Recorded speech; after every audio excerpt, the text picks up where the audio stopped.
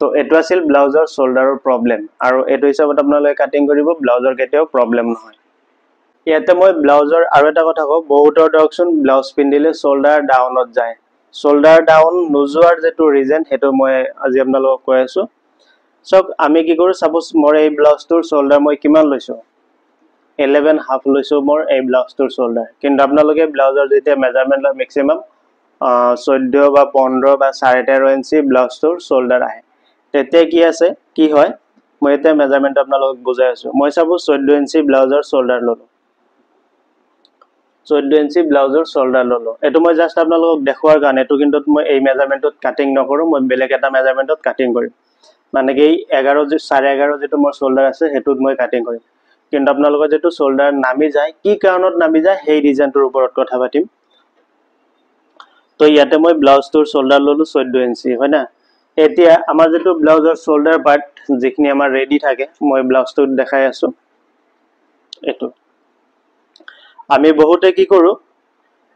এই যেটো শোল্ডাৰ পাৰ্ট আছে এটো আমি জুখো এটো কিমান আছে 2.6 আছে ঠিক আছে মানে কি 2.5 আছে 2 পইণ্ট বেছি আছে তো আমি কি কৰো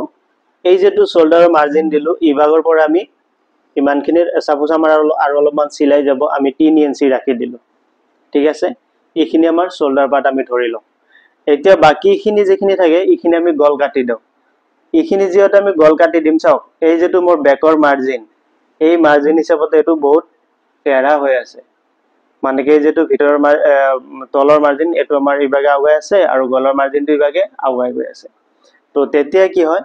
আৰু ইয়াতে যেতিয়া টাক মাৰিম পিছত আমি ওয়েষ্টত যেটো আমি ব্লাউজত দুটা টাক মাৰো এই টাক দুটা মাৰা পিছত এটো বস্তুটো আৰু বহলি যায় আৰু যেতিয়া বহলি যাব তেতিয়া কি হ'ব আমাৰ যেতিয়া ব্লাউজটো পিন্ধিব বা ব্লাউজটো যেতিয়া ৰেডি হ'ব তেতিয়া অটোমেটিকলি শোল্ডাৰ আমাৰ ডাউনত পৰি যায় তো যেতিয়া শোল্ডাৰটো ডাউনত পৰি যায় আৰু তেও পিন্ধাৰ পাছতেও আৰু অকমান নামি থাকে তো তেতিয়া কি হয় কাস্টমাৰ জনে যেতিয়া ব্লাউজটো পিন্ধিব তেতিয়া শোল্ডাৰ পৰি যাব বা সেই ব্লাউজটোৰ কমপ্লেইন আহিব আৰু সেই ব্লাউজটো অল্টাৰেশন কৰিব গলো আমি সেই ব্লাউজটো মিলাব নোৱাৰো এটো আপোনালোকে মনত ৰাখিব ঠিক আছে তো মেন শোল্ডাৰ পৰি যোৱাৰ ৰিজন হল এটো কিন্তু আজি মই যেটো আপোনালোকক বুজাম আৰু যেটো হিচাপত মই ব্লাউজৰ গল আৰু শোল্ডাৰ পাৰ্ট কাটিং শিকাম আপোনালোকৰ ভুলতেও কেতিয়াও আপোনালোকৰ ব্লাউজৰ শোল্ডাৰ নামি নেযায় তো এটো কথা মনত ৰাখিব তো এখিনি আপোনালোকে মাইন্ডত নলব এই বস্তুখিনি মই আপোনালোকক কিয় কলো যে আমাৰ ব্লাউজৰ যেটো প্ৰবলেম হয় হেতুৰ কাৰণে তো প্ৰবলেম নোহোৱাৰ যেটো ৰিজন তো ফাৰ্স্ট পৰ্যায়ত আমি কি কৰিম ব্লাউজৰ গলৰ কাৰণে ইভাগে এই ব্যাক পাৰ্টৰ ইয়াৰ পৰা আমি 2.5 ইঞ্চি লম